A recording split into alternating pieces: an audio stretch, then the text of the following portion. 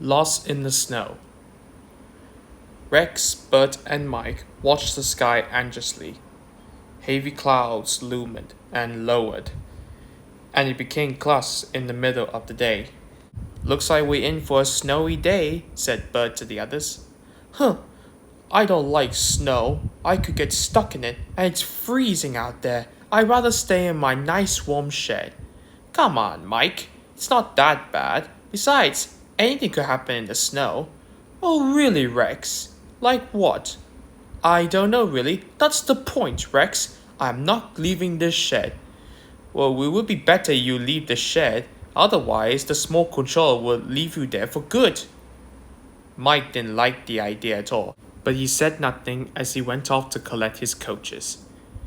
His passenger train was the first train of the day. Mike was ready to leave, but he cannot clear the yard until Frank cleared a section of points at the junction ahead. Mike waited for a couple of minutes until Frank arrived with a works train. The tracks are all cleared and no snow had piled up. Looks like you're ready to go. Finally, said Mike.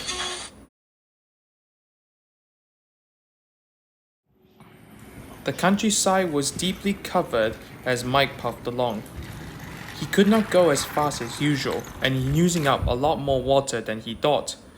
His driver wanted to top up his water tank at the junction, but they found that the water tower was out of order. Never mind, Mike, he said. We can fill up water at the next station.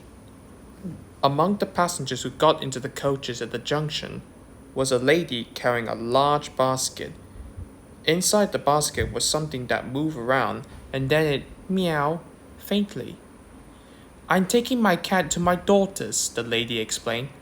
They're going to look after him while I am going away at Christmas time.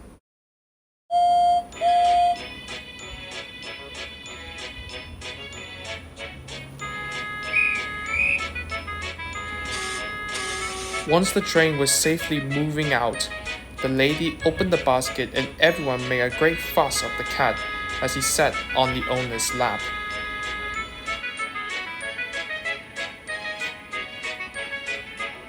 Mike arrived at the station near the green, and several passengers got out, and one of them slammed the door behind him.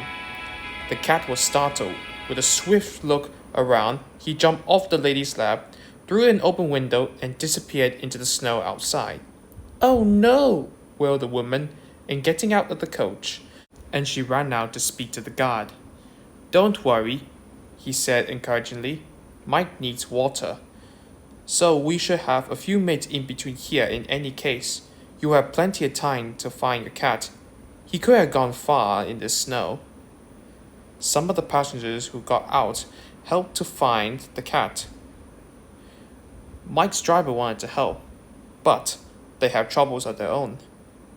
The water column here was frozen, and by now, the water level in Mike's tender is getting dangerously low.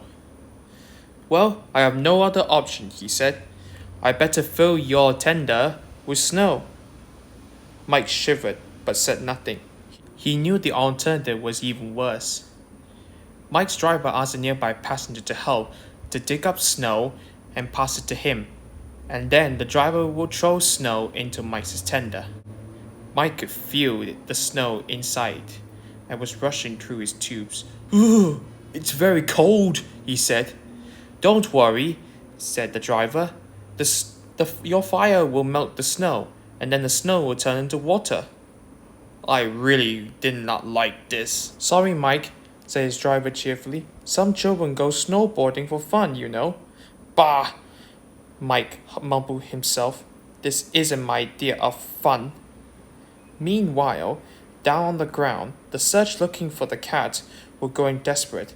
They had looked everywhere, but the cat was nowhere to be found. He wasn't on the platform, or in the station, or under the train, or anywhere near it. They even looked in Mike's cab, but he wasn't there either. Nearly full, said the driver. Thank goodness, said the passenger with Mark. This is hard work. He slipped the shovel once more under a heap of snow. As he lifted the snow on the shovel, the driver dropped in surprise. Then, the heap of snow move, and the cat shocked itself free. Well, bless me, he laughed. Well, it's a good job we didn't put it into Mike's tender. They went to find the station master who gave them an old towel. Then, when the cat had been thoroughly dry, a porter gave him some warm milk, and the cat's owner thankfully put him back in the basket. Later in the shed, Mike told Rex and Bert all about it. I'm glad she got the cat back, he said. Now that lady can go away and have a happy Christmas after all. But I'll tell you something else, he added. Never go snowboarding. It is not fun. I tried it,